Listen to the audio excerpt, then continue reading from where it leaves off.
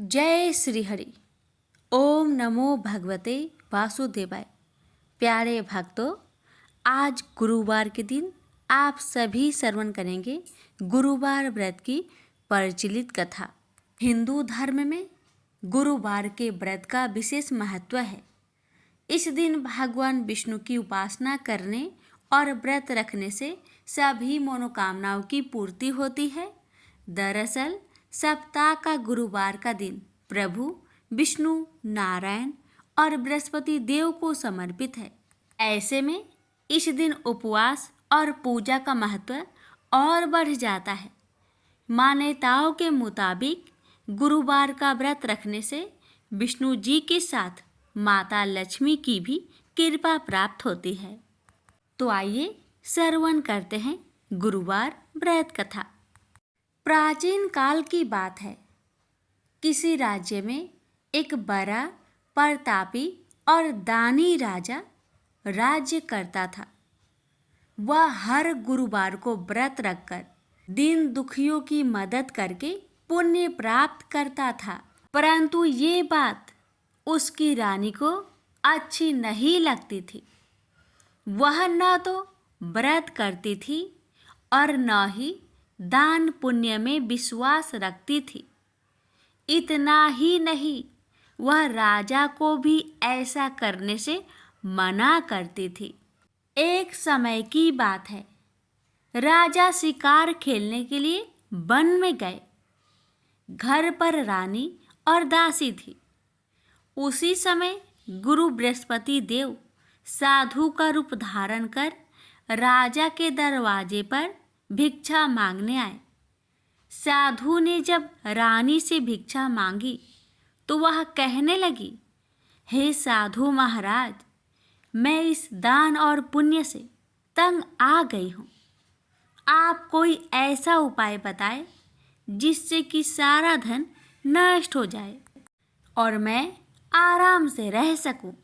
इतना सुनकर बृहस्पति देव ने कहा, हे देवी, तुम बड़ी विचित्र हो। संतान और धन से कोई दुखी होता है? अगर अधिक धन है तो उसे शुभ कार्यों में लगाओ, कुंवारी कन्याओं का विवाह कराओ, विद्यालय और बाग बगीचे का निर्माण कराओ, जिससे तुम्हारे दोनों लोग सुधरे। परंतु साधु की इन बातों से रानी को खुशी नहीं हुई। उसने कहा कि मुझे ऐसे धन की आवश्यकता नहीं है जिसे मैं दान दूं और जिसे संभालने में मेरा सारा समय नष्ट हो जाए। तब साधु ने कहा, अगर तुम्हारी ऐसी इच्छा है तो मैं जैसा तुम्हें बताता हूँ तुम वैसा ही करना। गुरुवार के दिन तुम घर को गोबर से लिपना, अपने बालों को पीली मिट्टी से धोना, राजा से हजामत बनाने को कहना, भोजन में मांस मदिरा का प्रयोग करना, कपड़े धोबी के यहाँ धुलने देना। इस प्रकार 7 बृहस्पतिवार करने से तुम्हारा समस्त धन नष्ट हो जाएगा। इतना कहकर साधु के रूप में बृहस्पति देव अंतर्ध्यान हो गए। साधु के अनुसार कई बातों को पूरा करते हुए रानी को केवल 3 बृहस्पतिवार ही बीते थे कि उसकी समस्त धन संपत्ति नष्ट हो गई। भोजन के लिए राजा का परिवार तरसने लगा। तब एक दिन राजा ने रानी से बोला कि हे रानी, तुम यहीं रहो, मैं दूसरे देश को जाता हूँ, क्योंकि यहाँ पर सभी लोग मुझे जानते हैं, इसलिए मैं कोई छोटा कार्य नहीं कर सकता। ऐसा कहकर राजा दूसरे देश चला गया। वहाँ वह जंगल से लकड़ी काट कर लाता और शहर में बेचता। इस तरह वह अपना जीवन व्यतीत करने लगा। इधर राजा के परदेश जाते ही रानी और दासी दुखी रहने लगी। एक बार जब रानी और दासी को 7 दिन तक बिना भोजन के रहना पड़ा। तो रानी ने अपनी दासी से कहा, हे दासी, पासी के नगर में मेरी बहन रहती है, वह बड़ी धनवान है, तो उसके पास जा और कुछ ले आ, ताकि थोड़ी बहुत गुजर बसर हो जाए। दासी रानी की बहन के पास गई। उस दिन गुरुवार था और रानी की बहन उस समय बृहस्पतिवार व्रत की कथा सुन रही थी। दासी ने रानी की बहन को अपनी रानी का संदेश दिया, लेकिन रानी की बड़ी बहन ने कोई उत्तर नहीं दिया। जब दासी को रानी की बहन से कोई उत्तर नहीं मिला तो वह बहुत दुखी हुई और उसे क्रोध भी आया। दासी ने वापस आकर रानी को सारी बात बता दी। ये सुनकर रानी ने अपने भाग्य को कोसा। उधर रानी की बहन ने सोचा कि मेरी बहन की दासी आई थी, परंतु मैं उससे नहीं बोली, इससे वह बहुत दुखी हुई होगी। कथा सुनकर और पूजा समाप्त करके वह अपनी बहन के घर आई और कहने लगी, हे बहन, मैं बृहस्पतिवार का व्रत कर रही थी। तुम्हारी दासी मेरे घर आई थी, परंतु जब तक कथा होती है तब तक ना तो उठते हैं और ना ही बोलते हैं, इसलिए मैं नहीं बोली। बताओ दासी, क्यों आई थी? रानी बोली, बहन, तुमसे क्या छिपाऊं? हमारे घर में खाने तक को अनाज नहीं था। ऐसा कहते कहते रानी की आंखें भर आई।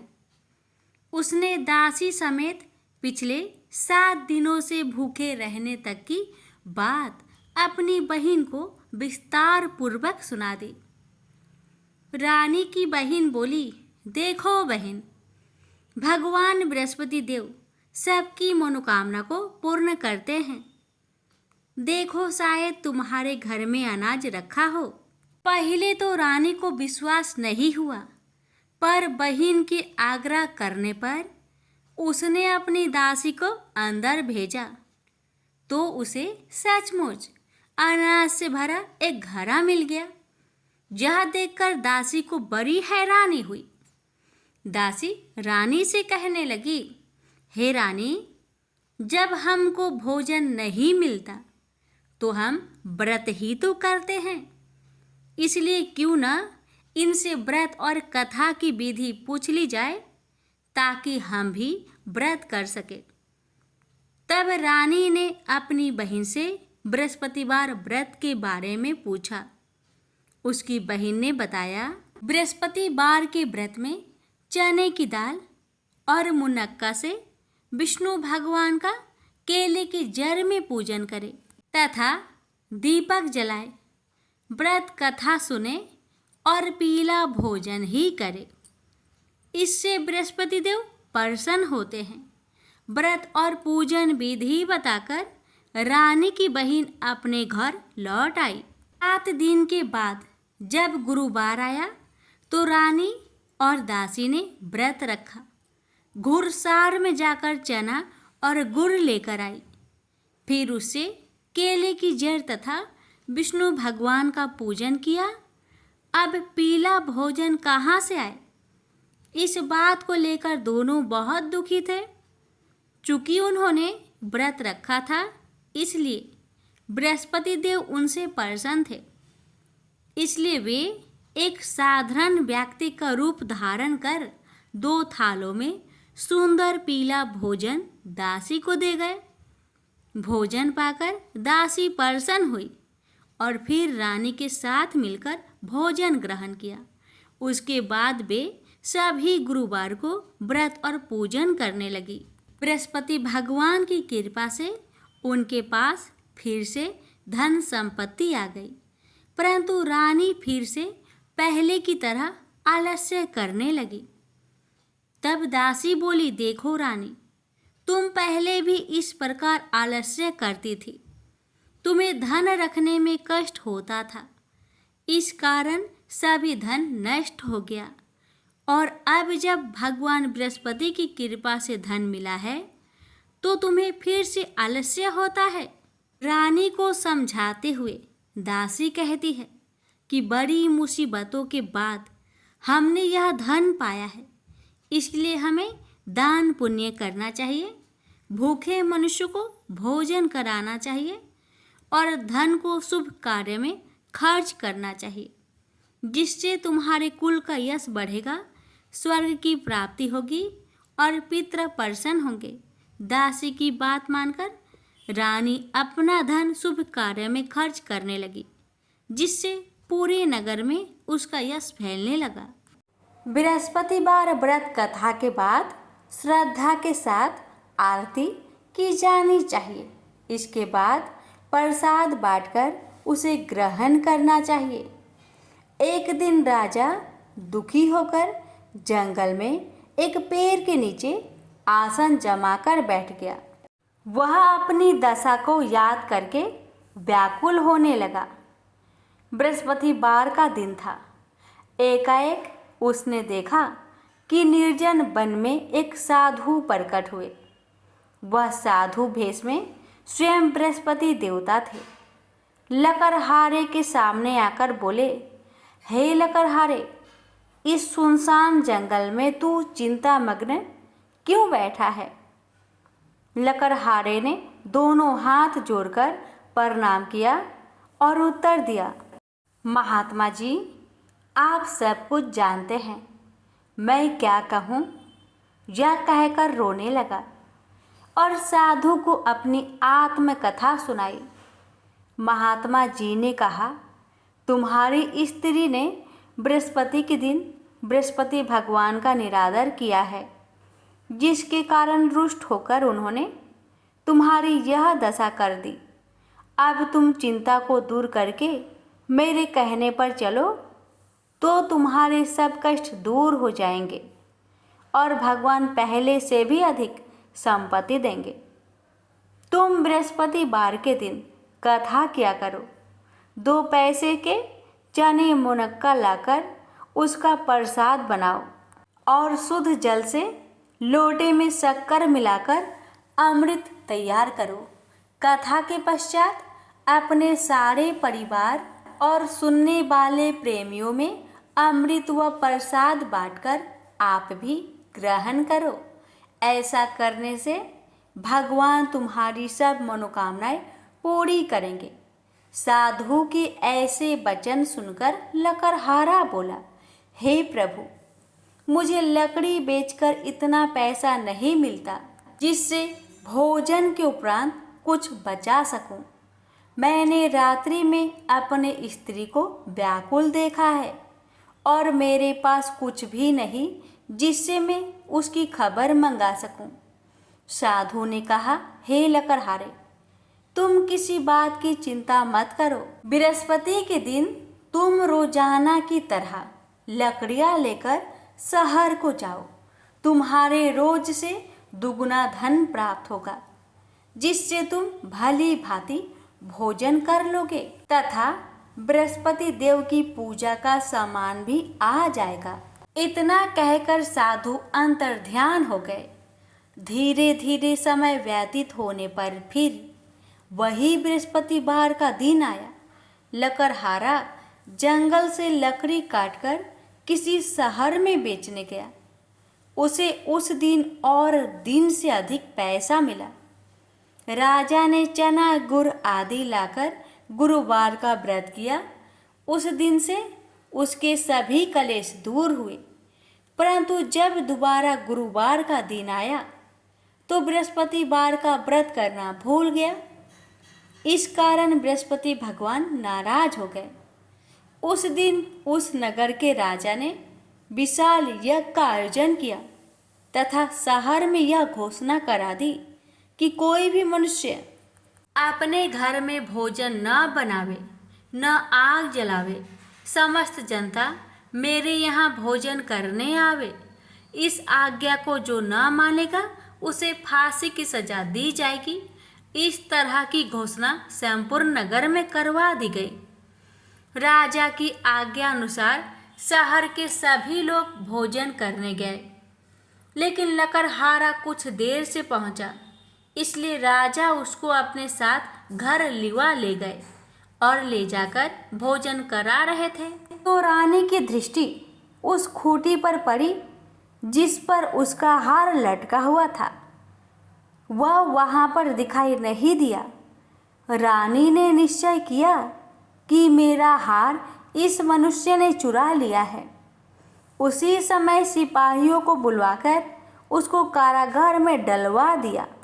जब लकड़हारा कारागार में पड़ गया और बहुत दुखी होकर विचार करने लगा कि ना जाने कौन से पूर्व जन्म के कर्म से मुझे यह दुख प्राप्त हुआ है, और उसी साधु को याद करने लगा जो कि जंगल में मिला था।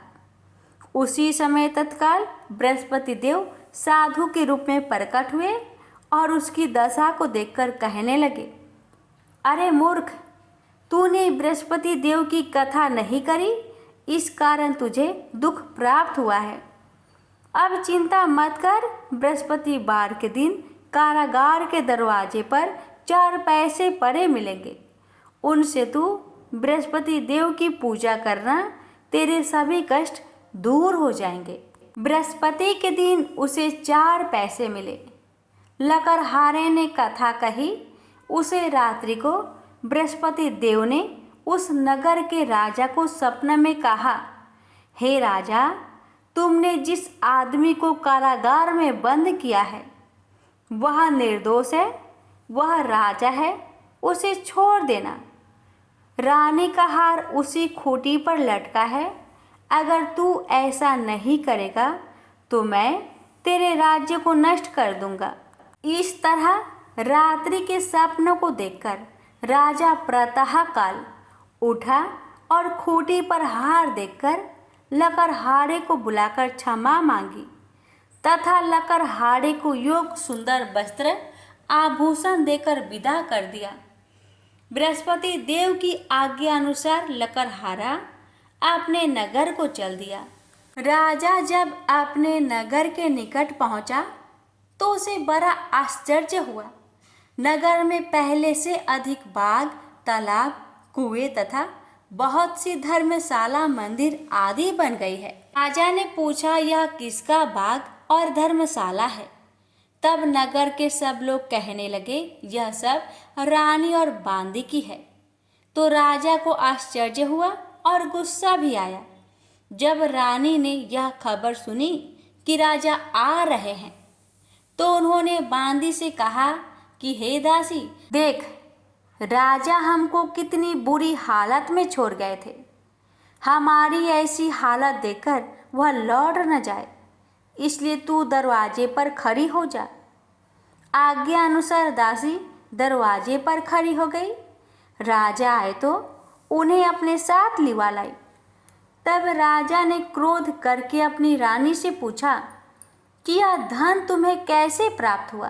तब उन्होंने कहा, हमें यह सब धन बृहस्पति देव के इस व्रत के प्रभाव से प्राप्त हुआ है। राजा ने निश्चय किया कि 7 रोज बाद तो सभी बृहस्पति देव का पूजन करते हैं, परंतु मैं प्रतिदिन दिन में 3 बार कहानी तथा रोज व्रत किया करूँगा। अब हर समय राजा ने दुपट्टे में चने की दाल बांधी रहती तथा दिन में 3 बार कहानी कहता। एक रोज राजा ने विचार किया कि चलो अपनी बहन के यहाँ हो आवे। इस तरह निश्चय कर राजा घोड़े पर सवार हो अपनी बहन के यहाँ को चलने लगा। मार्ग में उसने देखा कि कुछ आदमी एक मुर्दे को लिए जा रहे हैं। उन्हें रोककर राजा कहने लगा, अरे भाइयों, मेरी बृहस्पति देव की कथा सुन लो। वे बोले, लो, हमारा तो आदमी मर गया है, इसको अपनी कथा की परी है। परंतु कुछ आदमी बोले, अच्छा कहो, हम तुम्हारी कथा भी सुनेंगे। राजा ने दाल निकाली और जब कथा आधी हुई थी कि मुर्दा हिलने लग गया, और जब कथा समाप्त हो गई तो राम राम करके मनुष्य उठकर खड़ा हो गया। आगे मार्ग में उसे एक किसान खेत में हल चलाता मिला। राजा ने उसे देख और उससे बोले, अरे भैया, तुम मेरी बृहस्पतिवार की कथा सुन लो। किसान बोला, जब तक मैं तेरी कथा सुनूंगा तब तक 4 हरैया जोत लूंगा। जा अपनी कथा किसी और को सुनाना। इस तरह राजा आगे चलने लगा। राजा के हंसते ही बैल पछाड़ खाकर गिर गए तथा किसान के पेट में बड़ी जोर का दर्द होने लगा। उस समय उसकी माँ रोटी लेकर आई। उसने जब यह देखा तो अपने पुत्र से सब हाल पूछा और बेटे ने भी सभी हाल कह दिया। तो बुढ़िया दौड़ी दौड़ी उस घोड़ सवार के पास गई और उससे बोली कि मैं तेरी कथा सुनूंगी, तू अपनी कथा मेरे खेत पर चलकर ही कहना। राजा ने बुढ़िया के खेत पर जाकर कथा कही। इसके सुनते ही वह बैल उठ खड़ा हुई तथा किसान के पेट का दर्द भी बंद हो गया। राजा अपनी बहन के घर पहुंचा। बहन ने भाई की खूब मेहमानी की। दूसरे रोज प्रातःकाल राजा जागा तो वह देखने लगा कि सब लोग भोजन कर रहे हैं। राजा ने अपनी बहन से कहा, ऐसा कोई मनुष्य है जिसने भोजन नहीं किया हो?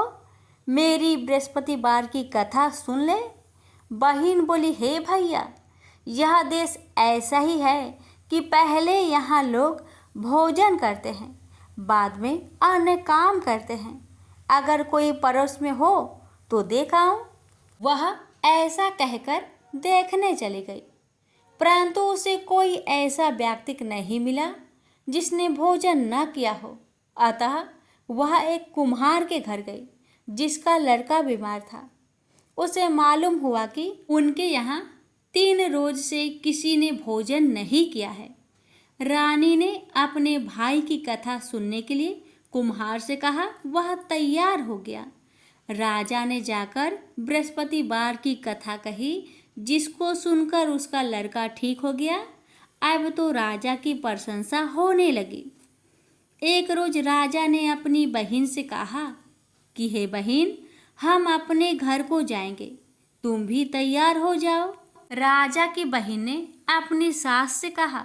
सास ने कहा, हाँ चली जा, परंतु अपने लड़कों को मत ले जाना, क्योंकि तेरे भाई के कोई औलाद नहीं है। बहन ने अपने भैया से कहा, हे भैया, मैं तो चलूंगी पर कोई बालक नहीं जाएगा। राजा बोला, जब कोई बालक नहीं चलेगा तब तुम ही क्या करोगी? बड़े दुखी मन से राजा अपने नगर को लौट आया। राजा ने अपनी रानी से कहा, हम निरवंशी है, हमारा मुंह देखने का धर्म नहीं है और कुछ भोजन आदि नहीं किया। रानी बोली, हे प्रभु, बृहस्पति देव ने हमें सब कुछ दिया है, वह हमें औलाद अवश्य देंगे। उसी रात को बृहस्पति देव ने राजा से सपने में कहा, हे राजा, उठ, सभी सोच त्याग दे, तेरी रानी गर्भ से है। राजा को यह बात सुनकर बड़ी खुशी हुई। 9वें महीने में उसके गर्भ से एक सुंदर पुत्र पैदा हुआ। तब राजा बोला, हे रानी, स्त्री बिना भोजन के रह सकती है, पर बिना कहे नहीं रह सकती। जब मेरी बहन आवे तुम उससे कुछ मत कहना। रानी ने सुनकर हाँ कर दिया। जब राजा की बहन ने यह शुभ समाचार सुना तो वह बहुत खुश हुई तथा बधाई लेकर अपने भाई के यहाँ आई। तभी रानी ने कहा, घोड़ा चढ़कर तो नहीं आई, गधा चढ़ी आई। राजा की बहन बोली, भाभी, मैं इस प्रकार न कहती तो तुम्हें औलाद कैसे मिलती? बृहस्पति देव ऐसे ही हैं, जैसी जिसके मन में कामनाएं हैं सभी को पूर्ण करते हैं।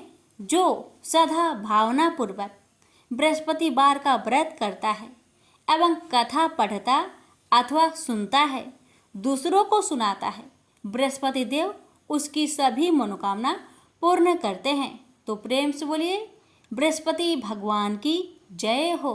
अब श्रवण करें बृहस्पतिवार व्रत की आरती। जय बृहस्पति देवा, ओम जय बृहस्पति देवा, छिन छिन भोग लगाऊं कदली फल मेवा। ओम जय बृहस्पति देवा, जय बृहस्पति देवा। तुम पूर्ण परमात्मा, तुम अंतर्यामी, जगत पिता जगदीश्वर, तुम सबके स्वामी। ओम जय बृहस्पति देवा, जय बृहस्पति देवा। चरणामृत निज निर्मल, सब पातक हरता, सकल मनोरथ दायक, कृपा करो भरता। ओम जय बृहस्पति देवा, जय बृहस्पति देवा। तन मन धन अर्पण कर, जो जन शरण परे, प्रभु प्रकट तब होकर, आकर द्वार खरे। ओम जय बृहस्पति देवा, जय बृहस्पति देवा। दीन दयाल दयानिधि, भक्तन हितकारी, पाप दोष सब हरता, भव बंधन हारी। ओम जय बृहस्पति देवा, जय बृहस्पति देवा। सकल मनोरथे दायके, सब संचय हारो, विषय विकार मिटाओ, संतन सुखकारी। ओम जय बृहस्पति देवा, जय बृहस्पति देवा। जो कोई आरती तेरी प्रेम सहित गावे, जेठानंद आनंद कर, सो निश्चय पावे। ओम जय बृहस्पति देवा, जय बृहस्पति देवा। प्रेम से बोलिए बृहस्पति भगवान की जय।